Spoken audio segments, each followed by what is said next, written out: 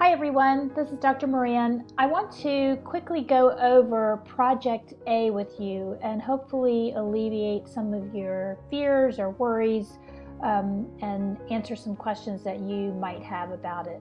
So I'm not going to go into depth and read the project. I expect that you will do a thorough reading of all of the criteria first and then maybe come back to this video to have some of your questions answered. So after you've read through the entire project, you'll see that it really is a multi-layered project. So an autoethnography is something that is similar to a first-person narrative. It's similar to a bibliography, but it really asks you to think more deeply about yourself. It's a way of thinking about your own personal culture, your own influences, and your own practices. So this autoethnography, you should think of it as having two components. One component is the written paper itself, which will be pretty long, I would imagine, several pages. There's no page limit requirement. There's no word requirement. I do ask that you put it in APA formatting, but other than that, it's entirely up to you what it looks like and how long it is. I used to have a professor myself when I was a doc student who said that papers should be as long as a woman's skirt, long enough to cover all the basics and short enough to keep it interesting. So I give you that sexist image, but it's always stuck in my mind and seems pretty apt. So think about this autoethnography in the same way. So the first part, you will really do some research as you would with any research paper. You'll go through these hyperlinked videos, thinking about the shape of your story.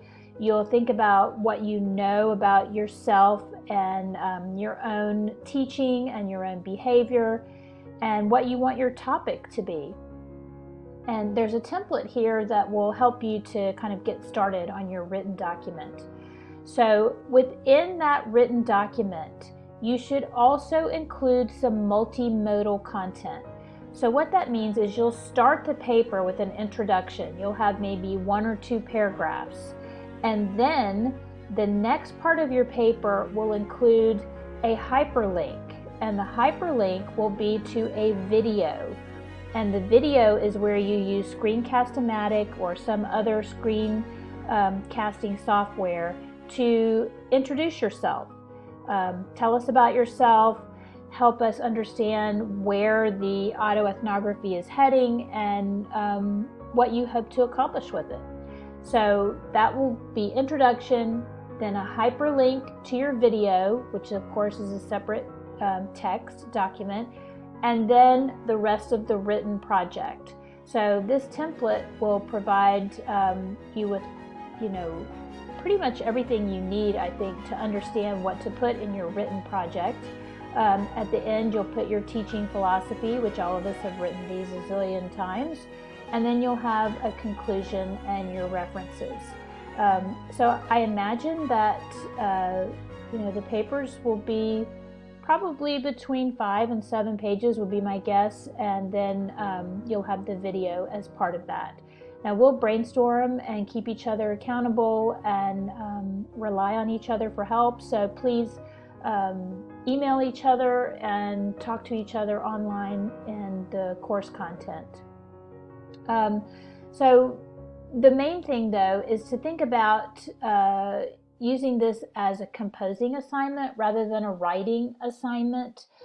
You're composing this complete picture of yourself. So not only are we hearing your words through text, but we're also hearing and seeing images, hearing your voice that help us to get a better understanding of who you are and what your thoughts are and your autoethnographic picture, if you will.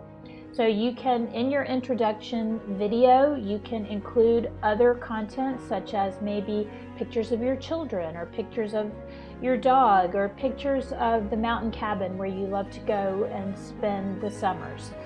Maybe you include some background music. Maybe you have some quotes. in there that summarize your feelings about life and about being a teacher and a scholar. So all of those are included in the video, so we get this very rich, multi-layered understanding of who you are, not only the written paper, but also the video that accompanies it. The video, I wouldn't make it too long. Again, no specific requirements about length, but I would try to make it less than 5 minutes, just because longer than that gets a little burdensome and people tend to stop watching. So anyway, we'll talk about this in more depth. Let me know if you have questions, but that pretty much is the summary of Project A.